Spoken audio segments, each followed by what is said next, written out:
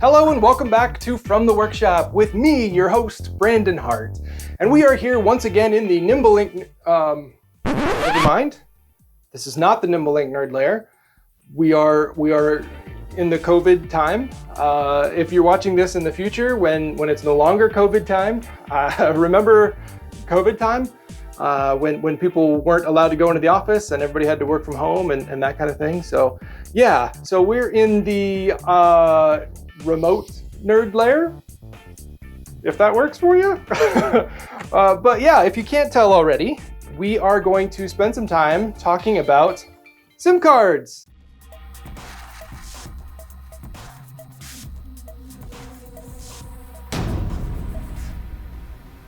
So SIMs are, for those who are into acronyms, is the subscriber identity module. We are talking about what you may know as the little plastic card, the little thing that goes into your phone when you go to the Verizon store, AT&T store, whatever, and you activate your new phone, you pop the little SIM card in, and boom, you've got service, and the world is great. But there's more to the humble SIM than that. So I thought we'd just take a little bit of time and run through all of the really interesting stuff behind that little tiny piece of plastic that you may be familiar with. And specifically, I want to focus on the idea of a machine-to-machine or an M2M SIM versus the consumer SIM that, again, you pop into your phone and you're all very familiar with. Machine-to-machine SIMs are a little bit different. For one thing, they come in different sizes, different form factors, but also different industrial specifications for temperature, for vibration, things like that. So you can get the standard white plastic SIM with standard specifications and environmental requirements and that kind of thing, or you can actually get industrial SIMs and you can pop those into your phone. So that's one thing that's a little bit different. Also, the way that they are handled on the back end of the system is a little bit different as well. But they're pretty similar overall. Just wanted to make sure that there is a distinction there between what you might know of as the consumer SIM and the machine-to-machine ones that we're going to be talking about here. Obviously, the most obvious difference obviously difference it's the physical. So this is obviously not a normal size SIM card, but these are representative of the different form factors that you can see in a SIM card. A full-size SIM, which way back in the day was like the size of a credit card. So at relative scale, it's the background pretty much would be the size of a full-size SIM. And then you get into what you might know as 2FF, or I'm not sure what the name for that is, but then you get into micro SIM, which is 3FF, and then you get in. Is this a mini SIM? It might be a mini SIM. 2FF is a mini SIM. Then 3FF is a micro SIM, and then 4FF is a nano SIM. But we're not done yet because there's also the chip SIM, and the chip SIM, the form factor name for it is MFF2. So this is the chip SIM. There are actually a couple standard sizes of these, but MFF2 is pretty much the far and away most popular one. And then there's one more form factor that you can't see on the table because it's virtual, it's software. So yeah, there's also a soft SIM. So no actual physical form factor, you can't touch it. It is software that exists within the radio, oftentimes within the module, so that you can take advantage of the SIM capabilities without an actual secure element hardware chip in your device. So that's the form factor. It's the most easy to understand of all of the SIM stuff. But the next thing we'd have to move on to are the actual functions. So within each one of these form factors lies a physical chip, an actual integrated chip, an IC, and the rest of this stuff is really just kind of the plastic that holds that chip in place, and then the contacts that allow you to plug it into something. All you're accessing in the chip is the the function, the software, the profile that is stored on that chip. And the profile is really kind of the important part. The profile is what holds things like, basically it's the data that exists on the SIM. So those are the operator specific things like the ICCID of that SIM, the IMSI that it's associated with, any security algorithms that the carrier requires. In some cases, address books are stored on SIMs and other things like that. But basically, there's the physical SIM, and then there's the function of the SIM, which is the profile. And I do want to make sure that we distinguish those two things as different, because we're about to kind of take the next step here, which is talking about the idea of an eSIM. Now, this is a big buzzword in the industry right now because everybody wants the eSIM. The eSIM has a lot of confusion associated with it. The biggest thing to understand about eSIMs is that it's not easy to understand eSIMs. eSIM itself is an embedded subscriber identity module, which would refer to the hardware form factor. And then there's also EUICC, Universal Integrated Circuit Card. I believe that's right. If not, it'll be corrected down below. But the UICC or the EUICC is also the hardware. And so there's been this confusion in the industry about, well, what is an eSIM then? If the eSIM isn't this chip, then what is an eSIM?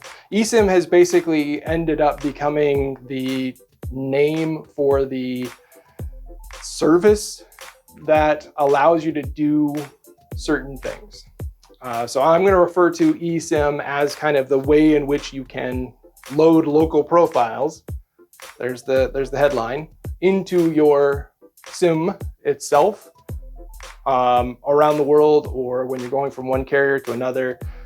You can basically download over the air a local profile. So all those things we were talking about earlier with the security algorithms, the ICCIDs, the IMSIs, all that kind of stuff. You can download those local IMSIs into your SIM utilizing an eSIM service, an eSIM framework that will allow you to essentially present to the local operator, whoever that may be, as a local customer, as a device that is local to that network, that belongs on that network. You're a subscriber of that network.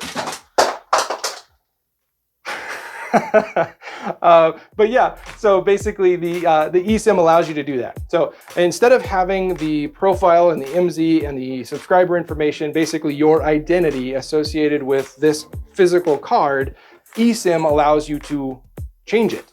So you use the physical card or the chip or whatever, and you change the data that exists on it. And that new data allows you to appear as a local customer, as a local subscriber to the local carrier, so that you get local rates and local treatment, permanent roaming, things like that. All of this is done with the idea that you are starting with one carrier. That carrier is bootstrapping your eSIM. These are terms that you're going to run into. So bootstrapping essentially just means that that's where things start. They're the ones who control which eSIM profiles you get and how things are loaded and where you can go, which carriers you'll get local profiles for. Those carriers are all part of that original carrier's federation. There's a federation now. When it comes to eSIM, this is basically a business agreement between operators that all want to have interchangeable eSIM capabilities. I want to be very clear, this is not roaming. Roaming is very, very different. Roaming is, this one card is a foreign identity. It is not part of the local network. It is not treated as a local device. And you typically get very, very high rates, and you get poor service, and you don't get to take advantage of that carrier's roaming networks and that kind of thing. With eSIM, you're loading a local profile in. That local profile allows you to present as a local device on whatever local carrier you're using, and your device will continue to work as though you were on your home network, wherever that may be. So I don't know if that was a little confusing, but let's recap. So physical SIM card or chip is just the hardware. It's just the container. Into these physical chips, physical cards, whatever, goes the profile. The profile is the data that exists on the SIM cards. That profile tells the network, it tells the operator whether you are a local customer, whether you belong on that network, whether you're a foreign customer, so you're roaming on that network, and then the carrier will determine then how to treat your device.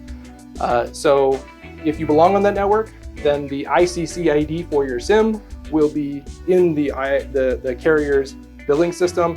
It will be associated with your line of service. That's why if you pull a SIM card out of one device and put it into another device, that new device works because your identity is tracked on the subscriber identity module, not necessarily on the physical device that it's plugged into.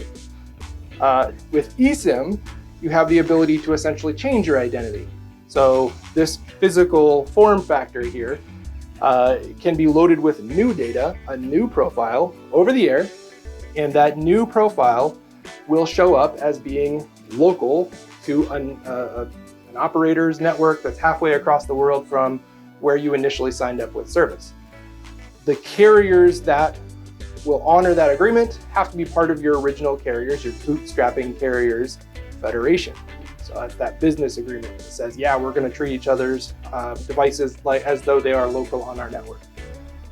So I think that's about as clear as I can make that. Hopefully that clears a lot of things up. If it doesn't, please leave your questions down below in the comments so that everybody can take advantage of it, or shoot them to workshop@nimblelink.com and we'd be happy to answer your questions there. Otherwise, if you did find this helpful, please hit the like button and let other people know that this is a good video that you found educational. And go ahead and subscribe so you don't miss any future episodes of From the Workshop. And until then, I would love it if you guys would just keep on building.